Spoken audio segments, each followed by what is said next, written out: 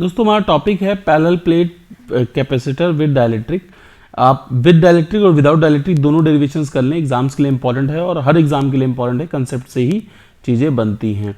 With dielectric without dielectric वाली मैंने करा रखी है, आपको पिन कमेंट में मिल जाएगी इसकी वीडियो। चलिए दोस्तों, इसका अब डेरिवेशन विदाउट डाइलेक्ट्रिक वाली की डेरिवेशन कंसेप्ट आपको पिन कमेंट में, आपको फर्स्ट कमेंट में आपको दिख जाएगा विद टॉपिक नेम। ओके, हम लोगों को क्या ले लिया, दो प्लेट्स ले ली, एक प्लस पॉजिटिव चार्ज ले लिया इधर और इधर हमने नेगेटिव चार्ज ले लिया। This is parallel plate capacitor. इनके बीच में सेपरेशन डी है, उसका एरिया ए है, ये सब हम देख चुके हैं लास्ट उसमें। मैं आपको बेसिक बता रहा हूँ। एक हमने डाइलेक्ट्रिक इंसर्ट कर लिया जिसकी थिकनेस टी ले ली हमने, ध्यान समझेंगे, जिसकी थिकनेस हमने टी ले ली। डेरिवेशन दोस्तों एग्जाम के लिए इंपॉर्टेंट है, बड़े ध्यान से देखेंगे। चलिए, तो हमने डाइलेक्ट्रिक ले ली जिसका डाइलेक्ट्रिक कांस्टेंट के है और उसकी थिकनेस हमने ले ली टी। मित्रों, अगर हम बात करेंगे इलेक्ट्रिक फील्ड इंटेंसिटी की, तो इसके अंदर इलेक्ट्रिक फील्ड ई होगी और बाहर की तरफ होगी ई नॉट। फ्री स्पेस में इलेक्ट्रिक फील्ड को हमने ई नॉट से रिप्रेजेंट किया है और मीडियम में ई से रिप्रेजेंट किया है। हम डाइलेक्ट्रिक का फॉर्मूला जानते हैं। डाइलेक्ट्रिक कांस्टेंट का अगर हम जनरल फॉर्मूला लिखते हैं, डाइलेक्ट्रिक कांस्टेंट का जनरल फॉर्मूला लिखते हैं तो होता है ई बाई ई नॉट, या sorry E not by E is equal to होता है के। तो E not by K is equal to हो जाएगा ई। ध्यान रखेंगे, ई है मीडियम में इलेक्ट्रिक फील्ड, मीडियम का मतलब हो गया डाइलेक्ट्रिक में, और ई नॉट है फ्री स्पेस में, डोंट कंफ्यूज, फ्री स्पेस में हो जाएगा। चलिए, अगर हम बात करते हैं फ्री स्पेस में हो जाएगा, मित्रों ये तो हो गई बेसिक जानकारी। इसमें अगर आप ध्यान से समझें तो बाहर का फ्री स्पेस का पोटेंशियल हम V1 मान लेते हैं और डाइलेक्ट्रिक के अंदर पोटेंशियल हम V2 मान लेते हैं। अगर हम ऐसा मानते हैं तो नेट पोटेंशियल हमारा क्या हो जाएगा, net potential V is equal to, जी हाँ, नेट पोटेंशियल,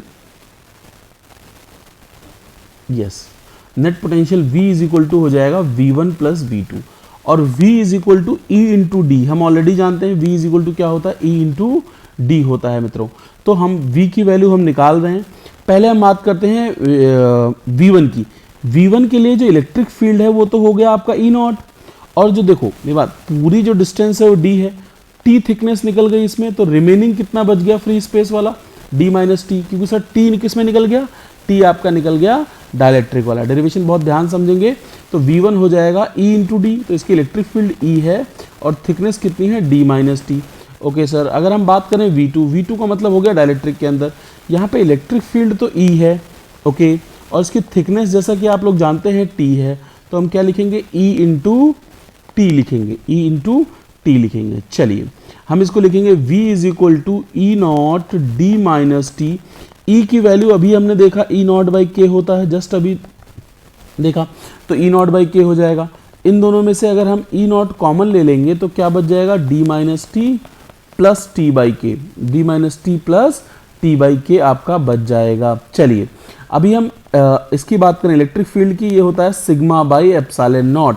हमने लास्ट इसके बाद इस वीडियो को जस्ट देखने के बाद आप लोग इसके पहले वाली वीडियो भी देख लेना कैपेसिटेंस की, तो और अच्छे समझ में आ जाएगी। D plus T, T by के हो जाएगा। छोटी छोटी वीडियो की फॉर्म में देखेंगे तो ज़्यादा चीज़ें याद भी रहेंगी और कंसेप्ट समझ में भी आएगा। चलिए मित्रों, तो V हमारा क्या हो जाएगा, V हो जाएगा Q by A epsilon not D minus T plus T by के हो जाएगा, क्योंकि सिग्मा की वैल्यू Q बाई ए होती है। अगर हम बात करें Q is equal to C V वाले कंसेप्ट की, हमें पता है कि Q is equal to Q is charge, C is capacitance, V is potential, तो C इज इक्वल टू क्या हो जाएगा sir, Q by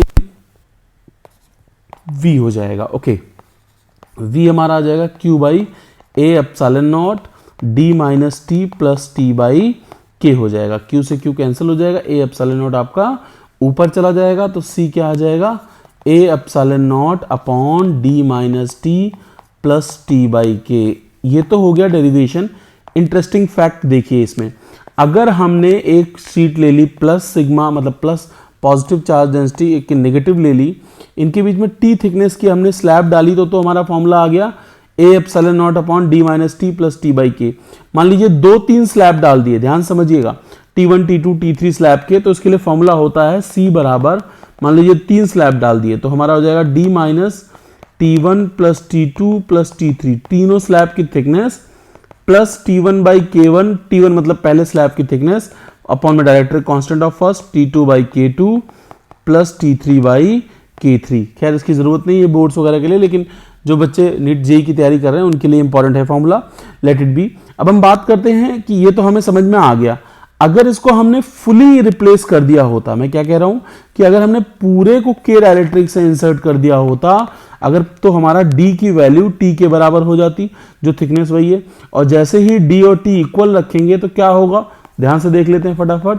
a epsilon not d minus D, t की जगह पे मैं d पुट कर रहा हूं, प्लस d बाई के, d से d छमछम हो गया, k ऊपर चला गया, k epsilon not upon d हो जाएगा। ये फ्री स्पेस का होता है। हम लोगों ने देखा कि जो नया कैपेसिटेंस है वो फ्री स्पेस के कैपेसिटेंस के k नॉट टाइम्स बढ़ जाएगा। पिन कमेंट में इससे रिलेटेड काफी आपको वीडियोस और प्लेलिस्ट मिल जाएगी, तो जरूर पहले कमेंट को देखें और जो आपको रिक्वायर्ड है वो जरूर देखें। Thank you.